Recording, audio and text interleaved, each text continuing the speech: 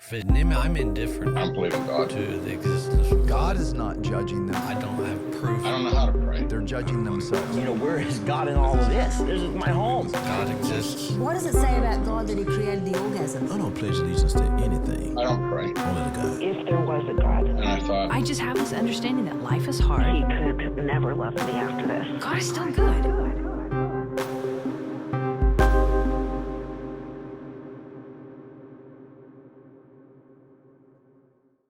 Well, welcome to the Maybe God Podcast YouTube channel. I'm your host, Eric Huffman, and today I have the great pleasure of introducing a guest who comes to us all the way from New Zealand. Strahan Coleman is an award-winning musician and poet and writer, as well as a spiritual director. He's the founder of something called Commoner's Communion. It is a space for exploring depth with God through spiritual retreats, podcast devotionals, and online prayer classes. He's the author of a beautiful new book called Beholding, which I'm holding here. It's Beholding, Deepening Our Experience in God. So I just want to welcome to the Maybe God Podcast, Strahan Coleman. Welcome, Strahan. Kia ora, Eric. Thanks for having me on the show, man. It's a pleasure to be here. Well, thank you for joining us, especially given everything that you guys have been dealing with on the ground there in New Zealand in recent weeks. Just kind of fill our listeners in on what's been going on there and what you've been up against. Yeah, so we've had this weird summer of cyclones. I mean, it's been we almost finished summer and we've had about 9 days of sun. So the peak of which was a week or so ago. We had a historic cyclone that hit New Zealand and absolutely wreaked havoc, especially on my town. We flooded out sort of waist deep the whole way pretty much through town there, and down trees and lost power for almost a week. And further south, much worse. Still people missing to this day, 2 weeks later. So pretty full on sort of moment for us in New Zealand. But we've also had, it's probably our 6th or 7th cyclone in a couple of months. So definitely not the summer we'd hoped for, but we're okay. You know, our family's okay, our house is okay. We're just grateful that we made it through. But it has caused some disruption to catch-ups like this one. So thanks for your grace. For sure. And you have a book release and all that going on at the same time, bro. Yeah. Wow, that's a lot. You mentioned your family. Just tell us a little bit about your family and who that consists of. Yep, so I have a family of 5. I've got 3 young boys, a 10-year-old, a 7-year-old, and a 3-year-old. And my wife and I, Katie, we've been together 15 years this year. And we live down by the beach. Actually, we've got a little house on the beach in the beautiful Coromandel in New Zealand. So if you're listening and you know New Zealand very well, if you've ever traveled there, you might have gone to the sort of beautiful white sand beaches of Coromandel. And we moved down there about 3 years ago and absolutely loving it. Yeah. Wow, yeah, boy, that's three kiddos and all at home, like going through everything you've gone through. It just adds more stress, and I do pray that you're managing, you and your family are managing to cope with all of this. Oh, thank you. I appreciate that. Of course. Tell me about Beholding and how this beautiful book, very cool book on prayer and intimacy with God, how this came about, just the backstory. Yeah, so Beholding, I mean, it is a long backstory. I'll try and truncate it a little bit. But it's okay, take your time. Okay. It's, Beholding is my story really of, I was a musician in my 20s, traveling a lot through the world, doing shows in all kinds of places and really living a pretty adventurous life. We lived as missionaries, so we'd just kind of pray and go where we felt led, and that was exciting. We lived by faith. It was, living off the smell of an oily rag. I don't know if you got that saying in the States, but and sort of involved in ministry, involved in prayer ministry, passionate prayer, and sort of in the midst of that process, something was wrong. Something was wrong with my body. Something was wrong with my physical health, and I ended up basically crashing, and the doctors couldn't figure out why or how. There was some genetics involved there, probably something I picked up on travel as well, and but I ended up spending a couple of years very much incapacitated, spending all my money on doctors and vitamins and nothing working, and this sort of undiagnosable disease. And in that process, had basically just my life turned upside down. I mean, the thing about something like that is, first of all, there's the the mental and physical battle of getting through chronic sickness, being unable to play with your kids or work or do any of that kind of stuff, the mystery of it. But there's also a real spiritual dynamic, which is, God, where are you? And why won't you heal me? And what's going on? And hang on a second, I've just spent the last 8 years giving my life to your work and not saving money up for something like this. And here you are sort of just ignoring me as I go through this crisis. And so I think it was like for me, it was a very, very real kind of physical, mental, emotional, relational, economic, all crisis all in once. And a real reckoning of my faith, because I think up until that point, I'd really enjoyed lots of answers to prayer. I really had my experience of God was that he always comes through, even if it's in the final hour. And suddenly, rent's folding and we can't afford groceries and I'm not being healed years and years later. And so what I had to do was in my faith was re-ask the question, what is the goodness of God, or who is God? What does it mean to say, God, you're good and I trust you? Right. And the result was this learning to be with God beyond the sort of what I call like a working relationship that I had, where it was like, God, we're going to do this together. And so we're talking about it and praying about it. And, we're on the move together doing stuff. Did this being stuff, which is more like, God, I'm spending 18 hours in bed a day. I got nothing to say, nothing to do. Would you just be with me? And also this embrace of like God's mystery in terms of, man, God, if you're good in this stage of my life, then you're a kind of good that I've never experienced before. So I need to understand that, how I can say you're good and I trust you when you are all powerful and yet and not sort of answering my questions. And so the book is that story and sort of the journey from there and how it changed my life. So it sounds like your body started breaking down several years ago, and you were dealing with that for quite some time before you started actually writing this book, Beholding. And just curious, what led you to or inspired you to actually start putting pen to paper, and when did that actually start happening? So I started working on the book in the quiet months of 2020, as everything shut down around us, as I'm sure many people experienced. I had since that, that initial journey with chronic sickness was like 10 years ago. And about 5 years ago, I started writing prayers and devotions and contemplations that were kind of my prayerful reflection on the soul work that God had done in me over those years. And so when I sat down in 2020 to write, it was really like me saying, I think there's another way to be. I think there's another way to experience God, not only individually, but that can actually transform our relationships, can transform our churches, and may even transform our world. And it's so contrasting to the noise and the chaos and the opinion and divisiveness of our times that I do think it really is an invitation to renewal. And so I actually sat down just to write a couple of essays, and it was me just to say, guys, there is another way, and it's a beautiful way, and here's how I've experienced in my life. And by the grace of God, through a kind of happy accident, it ended up getting in front of a publisher and becoming a book. So I'm really grateful for that. Yeah. Wow. And it's a much needed book. Interestingly enough, it's much needed, especially post 2020 when everyone's world got turned upside down, and, Christians, people of faith were not immune to that tumult. And if ever we needed a refresher on the real purpose of prayer and our need for deep intimacy with God, it's the last few years, it feels like, at least here in the States, and I'm sure you guys have felt it as well.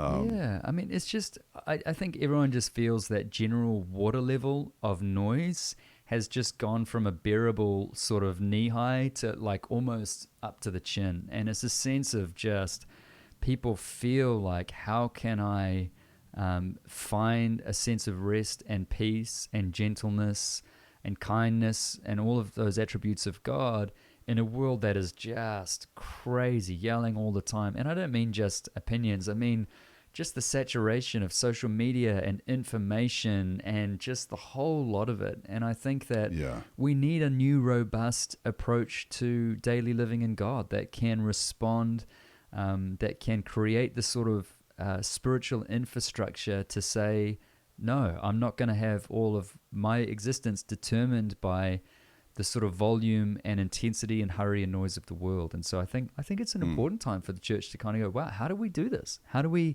not just how do we do life, but how do we actually live in God in this moment and practice that and enjoy that, not as an intellectual exercise, but as a relational one. And to me, that's what beholding offers, yeah. It really does. It reads like a prayer therapy session. It's calming. Awesome.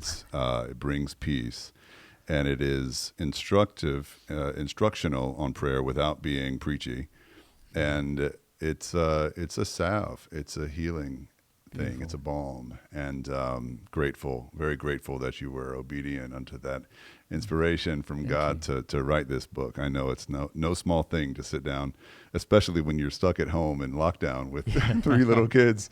How did that even happen, bro? Maybe it's just out of your own desperation for some peace. You wrote a book about. Yeah, miracles. Well, I mean, the thing is, for me, writing and music have always been a very prayerful experience for me. I don't quite know how to explain it. I had the same experience sitting and writing this book as I did like singing to God in the worship context on a Sunday morning. It very much felt like a fluid, invitational, engulfing space. And so writing actually became my way of reconnecting with God and sort of calming down, which is so strange because for most of the time writers talk about just how it can be a very, very difficult exercise, but purely, honestly, by the grace of God, this was actually a place of escape into God for me. So it actually worked out perfect in the chaos of the kids and all the rest of it. Yeah, it's beautiful, beautiful. I'm really curious, as I was reading parts of your book, I really got even more curious about your background and your sort of upbringing in and around the church and what your sort of Christian tribe was growing up and coming of age and how that has developed. So could you tell us a little bit about your upbringing and experience in the church or as a believer? My experience in the church is quite diverse. In my very, very early years, when my parents were just kind of starting in that journey, I went to quite a strong, faithful kind of Presbyterian church. And then when I was about 10, my mother she was a radiographer and worked in a dark room that had no ventilation and was once locked in there and became very, very sick from some kind of chemical poisoning. And during that time, it was pretty severe, and we actually we started learning sign language as a family because it was thought that she would lose her hearing, and she was very sick every day. It was quite traumatic for her. And somewhere along the line, she went along to a Baptist healing meeting, and someone prayed for her, and she had a very, very powerful experience of the Holy Spirit, fell over backwards and just felt like she met God. And I think that experience sort of took our family from God exists and the Bible is great to, whoa, like God is involved and he can be known and he's powerful. And so we started going along. I can't remember if we were already maybe going along to this Baptist church at the time. And I think that sort of took us in a new direction. It really, I think there was a sense of, we got to figure this thing out. This is real. Like, this isn't just sort of a moral construct that, we're going to bring our kids up with. This is, right. We've encountered God. And so I spent the majority of my spiritual formation in a Baptist church for 13 years. And as a family, we went along there. My parents were very kind of fundamentalist in their theology. So I spent my teen years looking at watching Chuck Missler Prophecy 101 DVDs and, the whole thing. But in my early 20s, I think by the time I got to the end of my teens, I felt like, man, I love life too much. I'm not very good at this Christian thing. I can't seem to get it right. And so I took off. I basically said to God, I can't believe in you. You're either impossible to please or you don't exist. And so I went off and just partied basically at uni. And it wasn't long in that journey before I was just empty, and God kind of interrupted and one morning just said to me, Strahan, I love you. I want you to come home to me. And at first I was like, okay, too much Jim Beam or something. I don't know what's going on. I'm hearing voices. But the next day, I love you. I want you to come home to me. And after a week, I did. I just said, okay, I relent. I say yes. But I think for me, that was my sort of personal encounter. And so I found myself then surrounded by Pentecostal communities that were, I guess, sort of, I mean, God's voice to me was like, come home to me, and this time, trust me, believe me, give me everything. Give up all the partying, give everything, follow me. And I did, and I found myself, like I said, in these Pentecostal communities. And so in my 20s I kind of moved from this Baptist background into this charismatic background, and ended up spending a lot of time in intercessory prayer groups and charismatic churches. And now, by pure strangeness, we moved out of our main city 3 years ago down to a small town, and the only church there is a high Anglican church. So we, not wanting to just not go to church, we've been going along to this high Anglican church for the last 3 years, where I've been mentored by an Anglican bishop.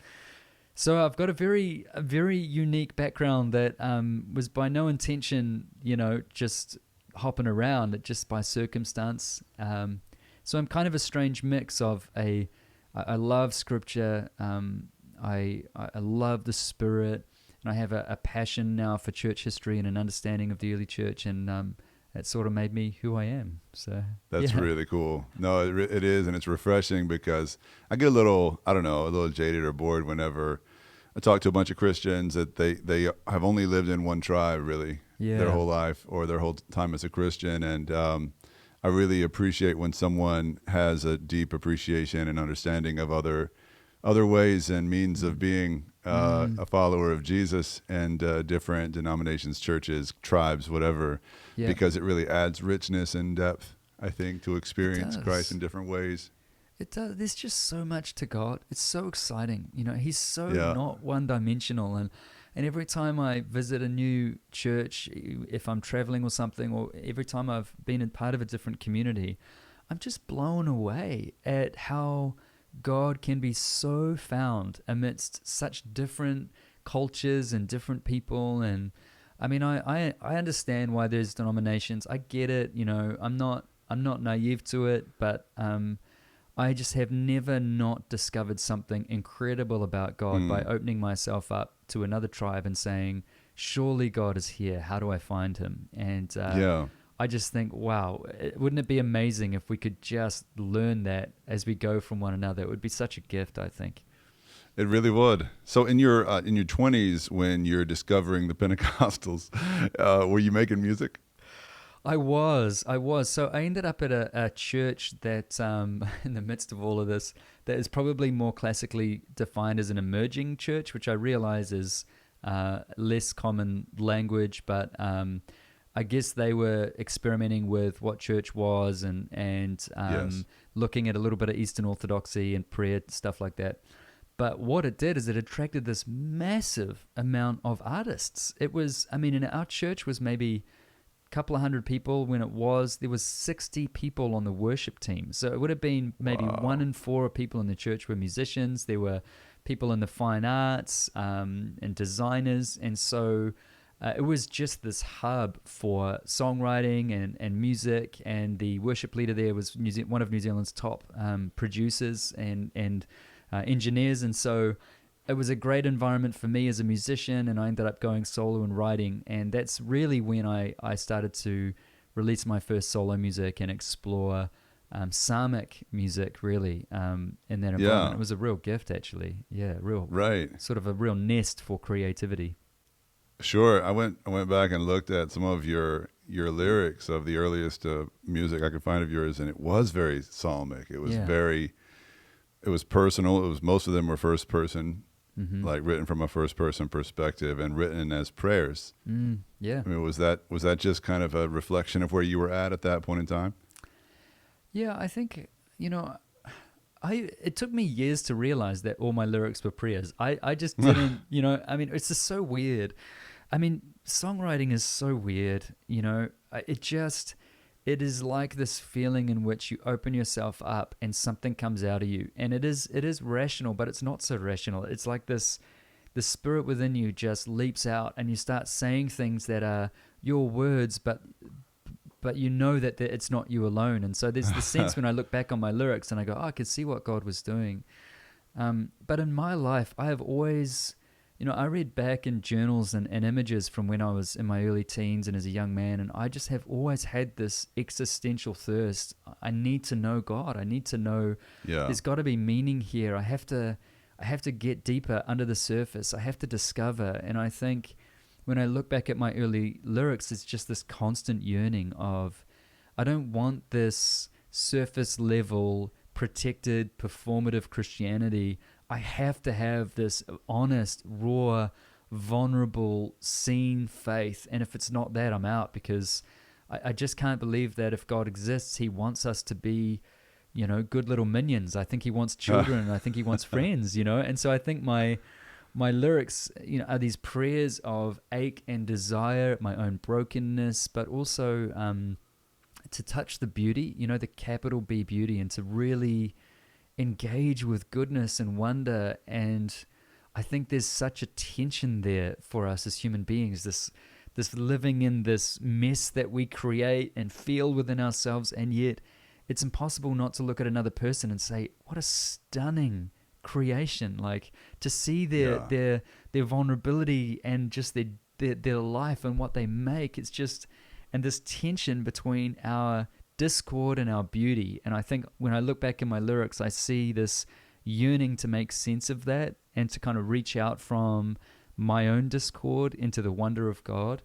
I think art gives us space to do that, because art isn't so prescriptive. No one listens to a song saying, oh, I wonder what science or education or is doing at the moment. I'll listen to a song. Now, people listen to a song because they want to touch the beauty. They want to experience something transcendent. And so it's a perfect place to explore the unlanguageable. And so I think my songwriting was always some kind of expression of that.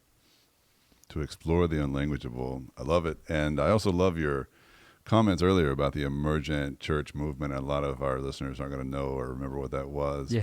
But it kind of evolved and became something else, I guess, over time. But it kind of has a little bit of a bad rap among some Christians now. And I think it's easy to forget the great benefits that it brought with it, which not least of which was that it brought hordes and hordes of artists in. It invited the artists in to speak the, what'd you say, unlanguageable with their art. And that is something that people of God should always be striving for. And it's something that we prevent when we make religion the main thing and just everything's rote and ritualistic and, boring, especially to creatives.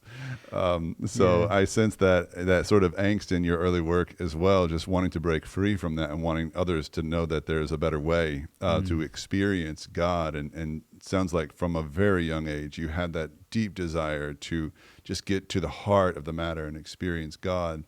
Now, at some point, things seem to have been going really great with music and your career and everything, and touring and writing and recording.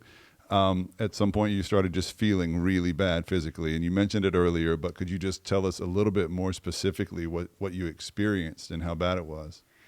Yeah, so the doctors still don't really know what's wrong 10 years on, and I'm still doing tests and diets and scans and all the rest of it. But there's just something in my body that doesn't function correctly. And as a result, it's sort of like, I imagine it's like a car. If you just started putting in, olive oil instead of petrol, it's going to work its way through the engine and everything just breaks down, and you can kind of pull one part out and pull another part out and fix it. But you basically just got a car that's not running right. And that's sort of what my body started to do. Yeah. And the symptoms are basically nausea, extreme fatigue, just constant viruses and illnesses, migraines, muscle aches, osteoporosis, which is a bone disease, and all this kind of stuff. And I really ended up in a place in which I wasn't able to go out with people very often. I might go out for like one coffee or two coffees a week, and that would cost, I'd have to go back to bed for the day. Couldn't play with my children. I couldn't sing. I couldn't work. I could hardly think. It was, is an interesting thing about the mind. We've discovered now just through exploring the gut and the brain that, if you get nervous, so the mind can tell the gut what to do. So if you get nervous, you'll get that feeling in your stomach, right? Your nervous system, it'll affect your digestion. Well, it goes the other way too. So if your gut is out of whack and it's not processing food, it will send messages to your brain of anxiety and things like that. So what happens with chronic sickness is once your body starts to break down, it starts rewiring your brain into spaces of anxiety and depression and sorrow. And so you can get this feedback loop where your gut is making your brain incapable of dealing with normal life events, and then that's then sending messages down to your gut that you're in danger, and so your gut won't heal. And I just got stuck in this cycle for a really long time. So I was having panic attacks. I was thinking, am I dying? Am I going to be able to play with my kids ever again? Am I, is this it? If I left my family in destitution by doing music and spending all our money on this stuff? It was a really, really hard time. And then when I cried out to God, I heard nothing, just nothing. And so, that was a real surprise, because in my heart, there was this sense of, I fully trust you, God, to do the most incredible things. And yet in this season, for whatever reason, that's not happening. And I think that probably for me, I mentioned as a kid, I had this existential thirst for just knowing God and meaning. I think that was the big crisis of this moment for me. It wasn't actually that I was sick. It was that I couldn't make sense of why this was happening in my life, and how to relate to God in that space. So, you had seen him come through before. Yeah. So many times in your life and others. Did you start to look back and question whether that was real? Well, I didn't, because the stuff we'd seen was crazy. how do I even describe it? I remember one trip God had told us, we were praying and God said, I want you to go to Germany and do a tour there. And we were like, Germany, how on earth? We had like a 1.5-year-old at the time. We lived off, basically we'd wake up in the morning and we would only have enough money to get through the end of the day. And we'd lived like that for 2 years. And so we're waiting, met this guy randomly, planned a tour, still no money, not $1. We needed $12,000 for flights. And I went down to the beach 6 weeks out from the tour and was like, God, I don't know what to do. I booked this tour. You told us to go. We got $0. Basically just kind of almost just said, that's it, God, I need money, and drove off. An hour later, someone gave me $2,500 just saying, God told me to give this to you months ago and I never did. Here's some money. 2 hours after that, I was talking to someone on the phone who just said, you're not going to believe this, but God told me to give you $11,000. At the end of the day, I had $13,000. We went, bought the flights. That kind of stuff just happened all the time. Just really, really crazy. So it was hard to deny that. And I think that's what made it so hard. It was like, God, there's no way of denying the evidence of your existence in our life. There's no way of denying your miraculous intervention time after time, seeing people healed at shows or delivered or set free from stuff. So I know you can do it. The question is, it felt personal to me. Why won't you do that for me, Father? Like, am I hiding something from you? Have I not pleased you? Or, you run through all the things. It's very like Job. Yeah. People, everyone left, right, and center is trying to cast out a Masonic spirit or something like that, repenting for ancestors 6,000 years ago. I don't know. You're doing everything trying to figure it out. I remember a quote from your book that I have in my notes. It says, I'm smiling, but it's just so hard hitting. It's like, it was hard to love a God who stood by as my life fell apart. And that's what you're describing, a God who came through before. You know this God to be capable. Yeah. He's capable. He was willing before, so the only thing that's changed is his will toward me, and he's no longer willing. And that can be really arresting. Oh, man, terrifying. What do you say to someone today, like somebody that's watching that, like what do you say to someone who feels the exact same way that you were feeling when you wrote these words? It was hard to love a God who stood by as my life fell apart. Man, I would only have one thing to say, which is what got me through it, which is just be utterly honest with God. Tell him about it. Yeah. Turn it toward him and let him have it. Just let him have everything. Because I think the greatest danger in our deepest suffering is that we don't fully feel it, is that we don't fully grieve it, and that we don't fully feel and grieve it with God. And I think sometimes we're so afraid, like in our Christianity, sometimes We make God out to be so holy, and he is so holy and so majestic and good. But he's also quite able to deal with us. You know what I mean? Like, I have children that, sometimes, my 3-year-old, I don't know where he's got it from. He started to say, if he doesn't get what he wants, he turns to me and says, Dad, I don't love you, Dad. You're not my favorite dad anymore. Like, I don't care about you. That's what he says. I don't care about you, Dad. And he walks off. And in that moment, his words, they hurt to a degree, because obviously I love my son. But I'm also a bit like, you know what? I get it, man. You're a 3-year-old. You're having a tantrum. I know you love me. I'll see you in 5 minutes, And I think in that moment of my life, I either had to let God know how disappointed I was, how angry I was. I had to let my language be honest and allow him to be that same father that can say, Strahan, I hear, like what you're saying is pretty rough. But I get it. You're suffering and you don't understand. And I'm okay. I'm going to sit here with you. I'm going to listen. And we're gonna get through this. We're gonna be honest with each other. And I think if you're going through that season in your own life, don't buy the lie that God can't handle your honesty. Feel the pain, cry about it, feel the anguish, like the psalmists, like Lamentations, like Job, and be honest with God. Dignify God enough to be loving enough to sit there and just essentially cuddle you while you weep, which is what every good parent does, and which is, I believe, what God wants to do. And ultimately, it was years of that began to transform my life. Yeah. Yeah. And we dignify God with our honesty, trusting him with the truth about what we are experiencing. And the opposite or alternative to that is to sort of disrespect or dishonor him with our empty words of praise at church or our distance. Every parent wants their kid to be honest with us, right, as parents. Yeah. Nothing breaks our hearts more than when they start keeping things from us, especially deep emotional stuff they're dealing with. And perhaps God, on a much bigger scale, is the same way with all of us. And that seems to be what you experienced. Yeah, I think so. Why would God create us just so that we could perform for him? That's not true love. That's not relationship, And I think so much of our prayer lives is performance. We hide our shame. We hide our most, deepest, darkest guilts and shames as if he can't see it. And when we're in anguish, we praise him in a way that's shallow and meaningless because we're afraid that if we really tell him what we think, that he can't handle it. And I think when we do that, we belittle God and we say, you're big, but not big enough to handle my mess. And I think at an intellectual level, we know that's not true. But in an actual practical level, I think it takes a lot of practice to be able to say, you know what, God, I'm disappointed. You've let me down.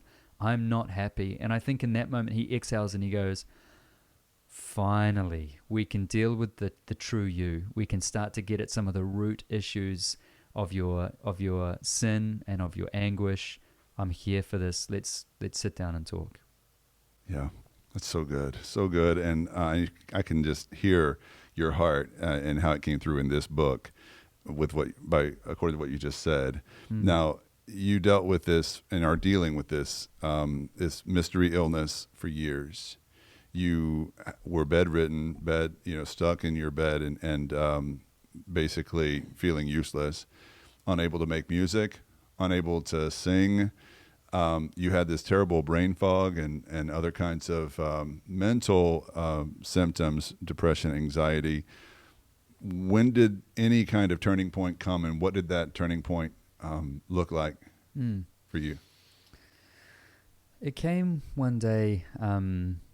So one of the practices that I had during that season was to get up and prayer journal, and that was my practice of honesty. So for some reason, when I prayer journal, which for me is just getting a pen, writing the date, and saying "Good morning, Father," and pouring my heart out to Him. When I prayer journal, I'm able to just almost talk with God as a friend and say, "Hey, this is where I'm at. Here's my joy, my questions." And so as a practice, I would wake up every morning, even though I wasn't well, I found if I'd stayed in bed till and just mucked around home, I'd get really sad and lethargic. So I'd get up, I'd almost pretend like I was going to work for the kids to give them some kind of hope. And I'd go down to a cafe, I'd order a coffee, I'd sit in the window and I'd pray. And on this particular morning, the light was just kind of hitting reflecting off the cars all going to work and dropping their kids off. It was, autumn, and so it was crisp in the air. I love that. It's sunny and cold. And I just looked out and I had this feeling of like, man, you know what? I have a nose. I have ears. I have functioning legs. I have two beautiful children at that time. I got a wife who has stood by me with all. I can breathe oxygen and I can see the sun. There is so much to be thankful for. And I just started thinking, I thank you, God, for my left pinky. Thank you, God, for my left index finger and my thumb. Thank you, God, for the hair on my face and the hair on my head. And this sense of like basically saying, God, if this is my life, if I'm going to be chronically sick forever, but I have you and I have this world, that's okay. I thank you and I praise you. This is good. This is enough. Wow. And I think in that moment, it was like a concrete stadium just lifted from my shoulders and joy came in. And what this wasn't becoming free of the sickness.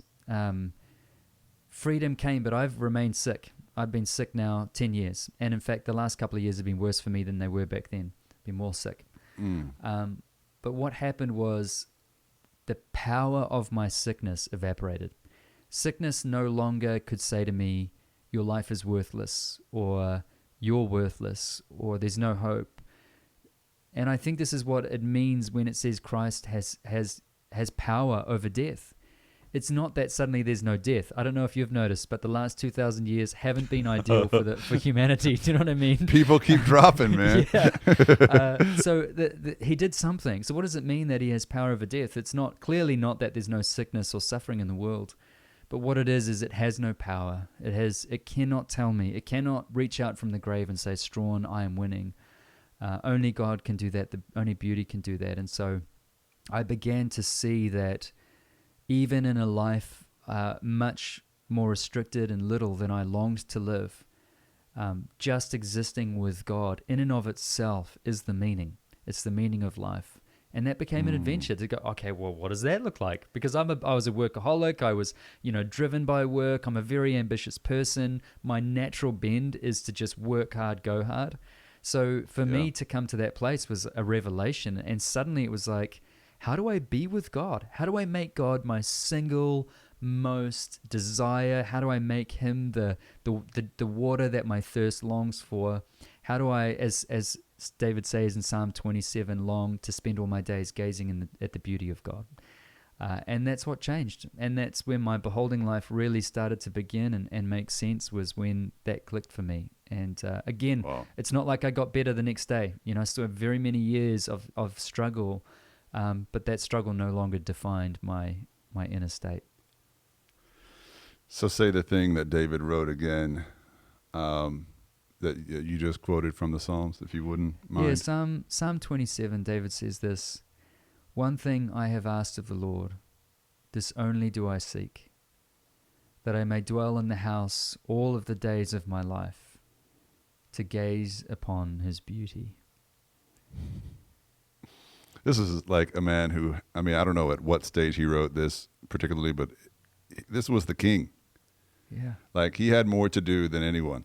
And he had more, on his to-do list, more to accomplish. And he was a very accomplished king. And all he wanted more than any of that was to dwell with God.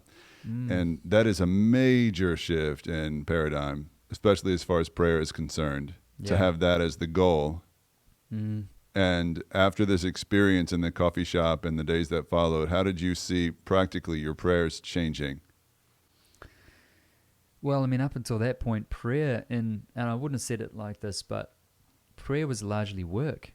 Do you know what I mean? And I think a lot of people feel this way about prayer. Prayer, if you say, let's go and pray, to most people, there's a sense within them of like, oh, I know I have to because I'm a Christian, but also like absolutely, I would way rather go and have a beer with you or something like that. Do you know what I mean? In my experience, I would say 97% of the people in the churches I've been a part of don't pray. And if they do pray, it's tiring, they feel belittled, they feel stupid, or it creates anguish.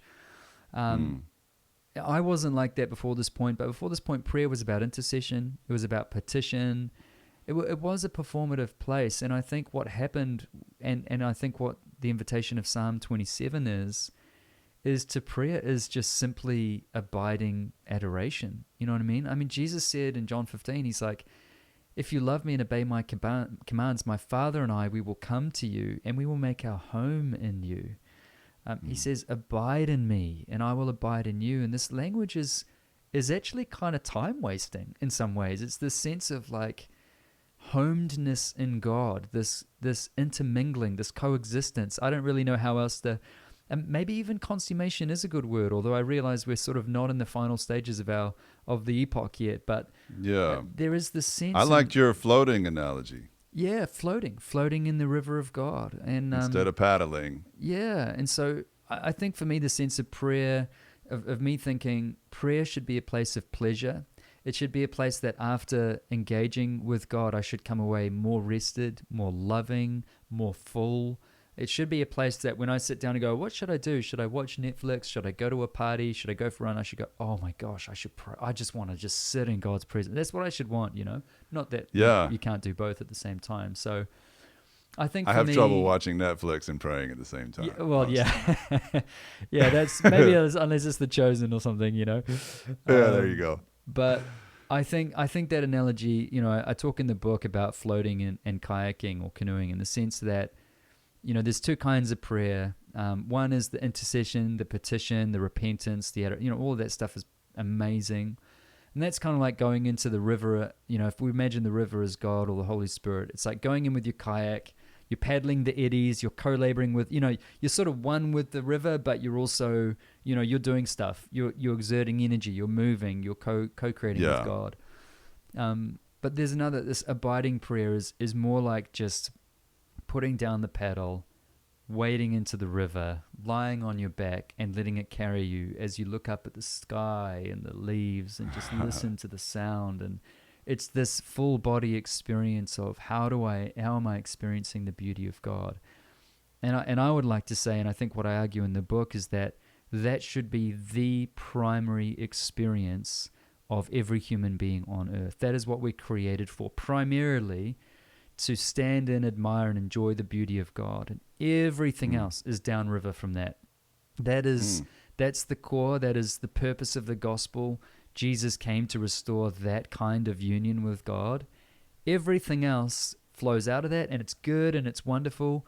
In the book, I use the language of we need to restore the great commandment to the center over and above the great commission, and I would argue that Western Protestantism and especially evangelicalism probably puts the Great Commission over and above the Great Commandment. You know, we're very active, and that's a great thing to be active. For our listeners, let's flesh that out. Great Commission versus Great Commandment. So Great Commission is go and make disciples of all nations, but you're speaking of elevating the Great Commandment, which is love God with all your heart, soul, mind, and strength, and love your neighbor as yourself. Yeah. At least to the same status as the Great Commission, if not above it. Yeah, absolutely. Because if the message is constantly, we have to go, we have to go, we have to go, you can equip people with the skills to do that, but you can't transform them into the kind of nature of God that makes that beautiful. And if all you're doing is going, when people finally come in the doors, all they're going to find is a bunch of workaholics. Let's be honest. Yep. And so there's a sense in which we have to at least hold this in balance, but I would argue primarily remember that our fundamental posture is a posture of adoration and love to God. And that's not going to come by someone preaching theological truth. That has to be experienced in the body through personal communion with God. And that's not going to happen by spitting out prayers all the time. We're going to have to sit. We're going to have to receive the love of God. We're going to have to welcome that love into our minds and bodies. We're going to have to inhabit that. And I would argue that the result is that when we do the Great Commission, when we go out, people are just going to see human beings saturated in the kindness and gentleness and love and power of God. And we'll have to do less. You know, they're going to sit down and they're going to say, what about this argument or that? And we're just simply going to say, man, I've experienced an amazing love, and I want you to experience that too. And their thirst will meet our thirst, and God will be found. So I think that there is a natural, if you work all the time, you're not going to become more loving. But if you become more loving, I can guarantee you your work will be more powerful. And that's what prayer does. It's a long road. It's a long game. Yeah. And it's harder because I know how to do the other thing.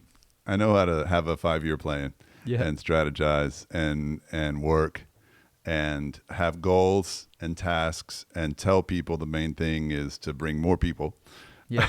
and like that's the end all be all. It's this other stuff I don't know how to do that freaks me out. That's why I both love and hate your work at the same time. Me too, man. Me too. Because I mean, the truth is, like, we have control over all that former stuff you're talking about, right? When it comes to 5-year plans and getting work done and being missional, we are all in control of that. That feels good. But when it comes to transformation and waiting on God in prayer, we are way out of control. And as human beings, I hate being out of control. So it is, and it's a long, slow game, and that's also not very attractive. It's it's a that's double right. whammy. That's right. And I was stunned when you said it. I wrote it down. You said simply existing with God is the meaning of life. And I think like 30 minutes ago, I told a room full of men at Bible study that their purpose in life was, of course, to serve God and work for his kingdom. And here you come along, Oh no, making a liar out of me. Oh, No, sorry. I think that's like, no, it's true. It's like part of it. Serving and working is part of it. yeah, But it 100%. must be downriver from Yeah. genuine intimacy in our Yeah. experience of God. Yeah, and that is so important. And I think it's, you know, we're pendulum swingers, aren't we? We go from one extreme to the other. And I certainly am not advocating that we all just become sort of stargazers at any sense. I mean, it's impossible to look at Jesus' life and to see, you know. But also, it was at the beginning of Jesus' ministry where God says, "This is my son in whom I am well pleased." And I think when we go back to the garden, our existence, God breathes life into us.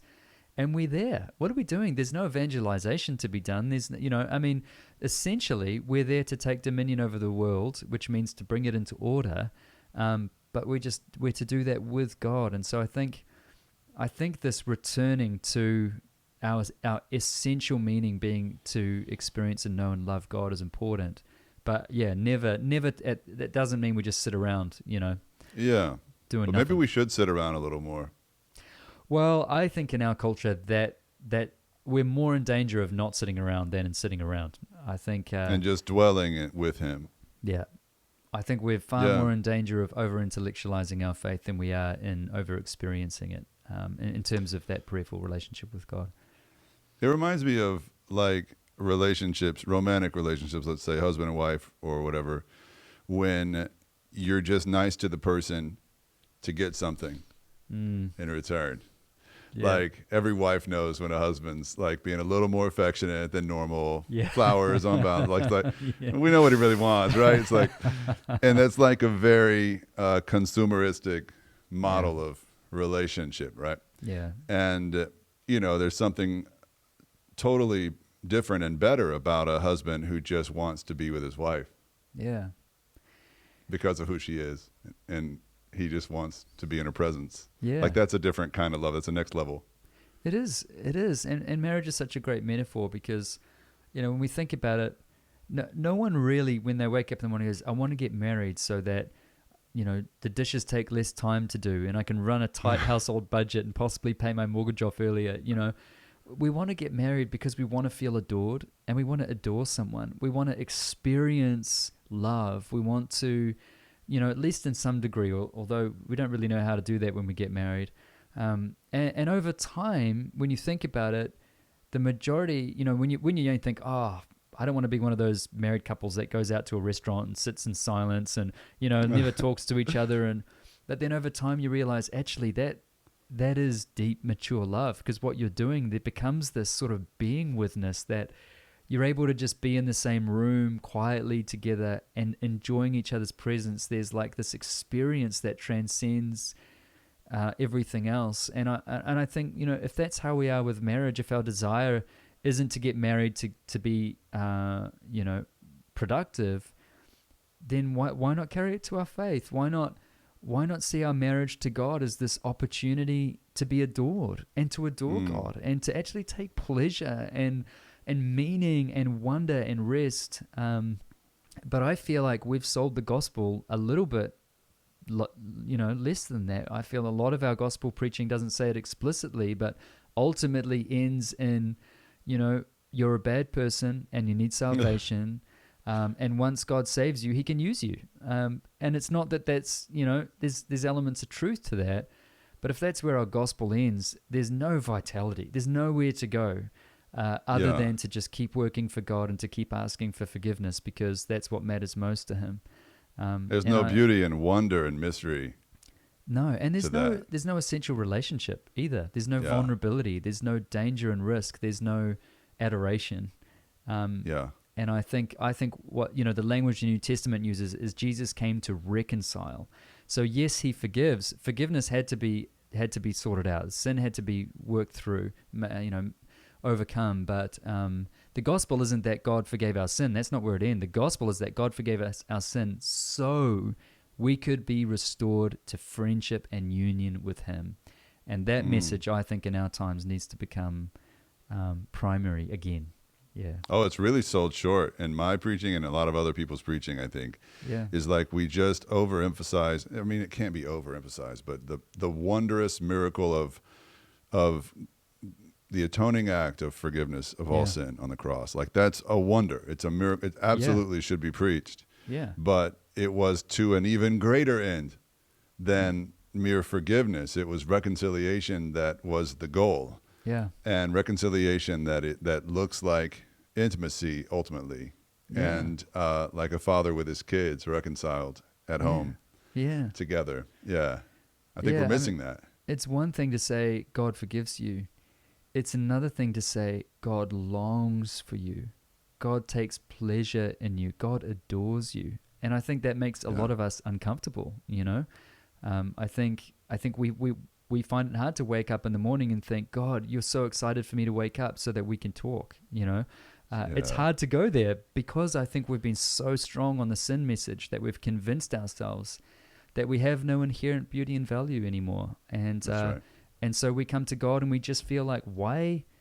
Are you really interested in me, God? I remember how astounded I was when I first started prayer journaling. The very first time I was terrified. Good morning, Father.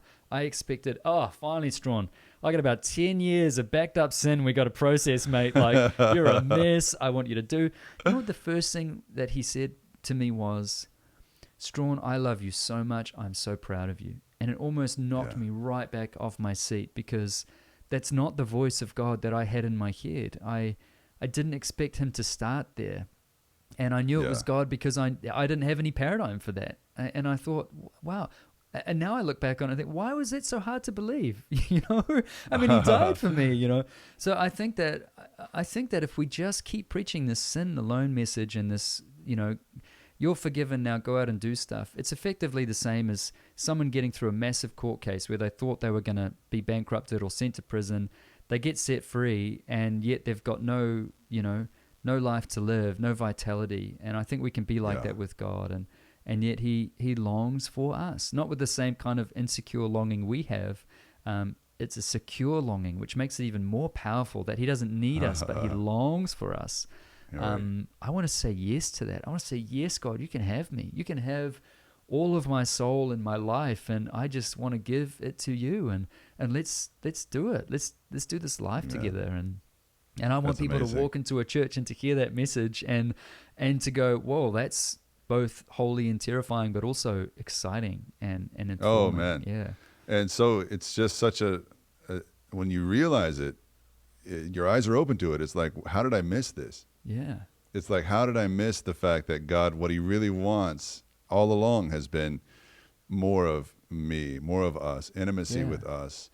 And that's why the events we are about to, remember at Holy Week, that's why it happened. It wasn't just to clean us up. It was to have us again and be reconciled to us. Yeah. And it's a more beautiful message than even the gospel that is sort of a limited gospel that we preach when we overemphasize just the forgiveness at the expense of the reconciliation God wants with us. Yeah. Now, your answer to some of these issues of sort of reducing prayer down to a consumeristic exchange is what you've called beholding prayer. I mean, obviously the book is titled as such. Can you give us a definition or an explanation of what beholding prayer is? Yeah, so I define in the book beholding prayer as our gazing lovingly into God as he gazes lovingly back into us. So it's essentially eye contact. And maybe the best way to understand that is if you think about how you engulf a beautiful piece of art or an astounding sunset, or, you know, that moment where you walk to a beautiful beach and you're just like, whoa, this is, you know, that euphoria you feel. Yes. And it's not intellectual, and it's not, you know, no one sort of tells you how to feel. It's just a natural response to the beauty and the wonder of that thing. Beholding prayer is really learning to practice that with God in our lives. It's sort of this disposition of just going, wow, God, you're beautiful. And I want to see you in all things, and I want to receive your gaze, that you're always looking at me, you're always caring. And what's important is that looking at one another is a loving, compassionate, and empathetic gaze. It's not a judgmental or critical gaze. It is, and that's why I do some work in the book explaining how we get there. And so it's seeing prayer not as an exchange of information or of work. Yeah. It's not as conscious mental dialogue. It's a disposition of gazing upon God in the soul toward him as he gazes at us in our life.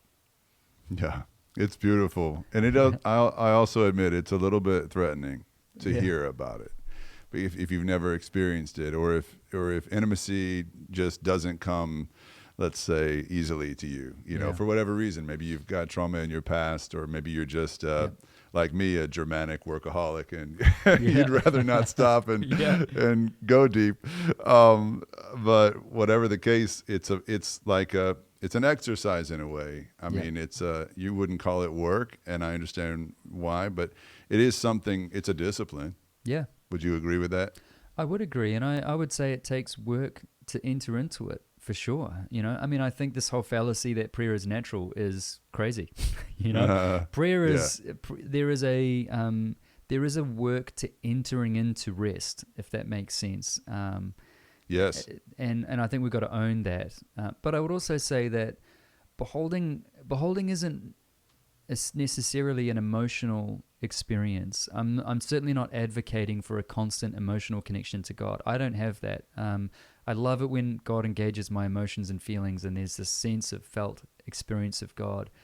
And I think it's important to differentiate between when God is encountering us through our emotions and when he's encountering us through other means. And so in the book, I talk about this sort of ordinariness of God, that we can experience him when we're playing with our children or doing the dishes. What I'm talking about is more of a consciousness and an awareness of God rather than sort of a feeling or an emotional engulfment, if that makes sense. No, that takes some of the pressure off, I think. And there's been a lot of people I've come across who have been traumatized by overly emotional expressions of Christianity, I think, where, you know, it's so much pressure to perform in that world that it can really create a distancing between a person and their prayer life with God. I agree. And God isn't an emotion. I think we have to keep saying that over and over again.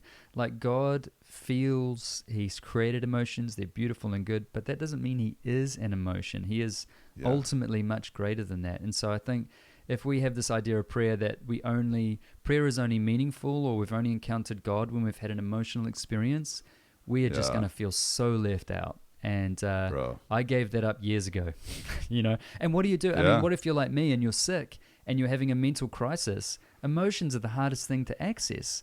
And the last thing you need to say to someone who's going through, you know, depression or anxiety or any of those things is, hey, if you're not feeling God, he's not there. I mean, that's nuts. I think most people are depressed because they think God's not there, because they don't feel him. And I disregard that entirely. And in the book, I go to great lengths to try and stress that there is another way of seeing this kind of experience of God that's beyond that, because I think that's important. Right. I think it's interesting I don't know what to do with this, but it seems like a great percentage of people I've heard talk about hearing the voice of God or hearing from God, which frankly isn't like a ton of people. Like, it's pretty rare in my world that even as a pastor that you hear someone say, I heard the audible voice of God. Yeah. And it almost always, in my opinion, seems to be when something's happened to open our perceptive senses up, like out of the ordinary, like your sickness. One of the few times I've audibly heard the voice of God was when I was deathly sick. Wow. Or like traveling. I hear people say, well, God spoke to me when I was abroad, when I was on vacation, when I was away from the normal noise of life, from the grind, right? And I'm like, when are we going to notice? When are we going to notice the common denominator here, that maybe it's not a lack of God speaking, maybe it's a void of us being devoid of awareness, if that's a way to say it. Like maybe it's a matter of our awareness and not a matter of his speaking or not. I totally resonate with that. I mean, I can just say from experience, even making the decision to prayer journal every day. And when I prayer journal, I always say, "Good morning, Father," and then I allow God to speak back and I write out what I hear his voice.